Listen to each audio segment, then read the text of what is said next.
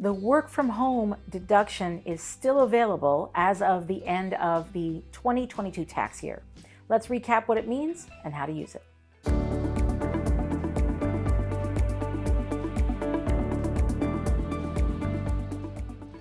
As a consequence of the COVID-19 pandemic, the government has allowed a certain deduction for people who were forced by COVID to work from home. And this kind of deduction is similar to what self-employed people and certain employees have always been able to do, which is to deduct the cost of working from home. There is a cost involved, but it's a little bit simplified because it's meant to help sort of a grander swath of people use it with as little muss and fuss as possible. So the first way to make this deduction is called the simplified method. And under this method, anybody who had to work from home, who was an employee, but had to work from home because of COVID at any time in 2022 or 2021 or 2020 is entitled to take a simple $2 per day deduction from their income. So you get to subtract $2 for every day that you worked from home.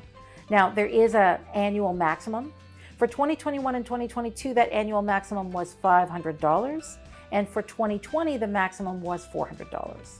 So to claim this deduction, all you need to do is go to form T777S, that's 3 sevens and an S, and just say you're taking the simplified method, multiply your days working from home by $2, and without going over $500, take your deduction. So that's one method of deducting the work from home deduction, but there is another one called the detailed method. With the detailed method, you get to actually do the math and enumerate your costs, including your overhead costs like your rent, your utility bills, prorated for the time and space that you use for your home office versus when that space becomes a personal use, sort of on the weekends and in the evenings, for example. And if that deduction comes to more than $2 a day, you get to deduct the higher amount.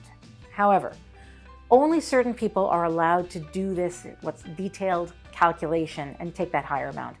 For those people, you need to have a signed form from your employer outlining that you did indeed have to work from home due to COVID. It's a special form that only exists for these 3 years. It's called the T2200S. It's a simplified version of a form that exists all the time for certain workers called the T2200. Make sure you're using the right one. The short one is the one that you want. T2200S is for short. If you have that signed form, you're allowed to use the detailed method, and that may get you a better deduction than just taking a flat $2 a day. 2 warnings, however. I mean, besides the obvious, which is the simplified method really is simpler, right? $2, that's it. Very easy. Also, we have found with our clients that due to the restrictions of exactly what you can use within the detailed method, homeowners don't tend to do better with the detailed calculation than with the plain $2 a day method.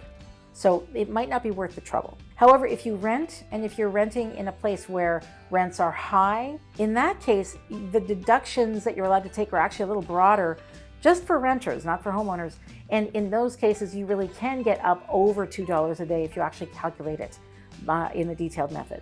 So if you rent, consider getting the T2200S from your employer so that you can do the detailed calculations, if you like doing calculations.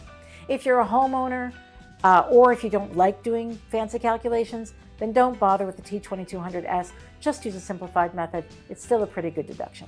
So that's the work from home deduction, still available as of the end of the 2022 tax year. Probably not going to continue beyond then, but now you know a little bit more about it. Good luck with it. And if this has helped you, please give me a like, subscribe to my channel, and hit the notification bell so I can give you more tax saving tips.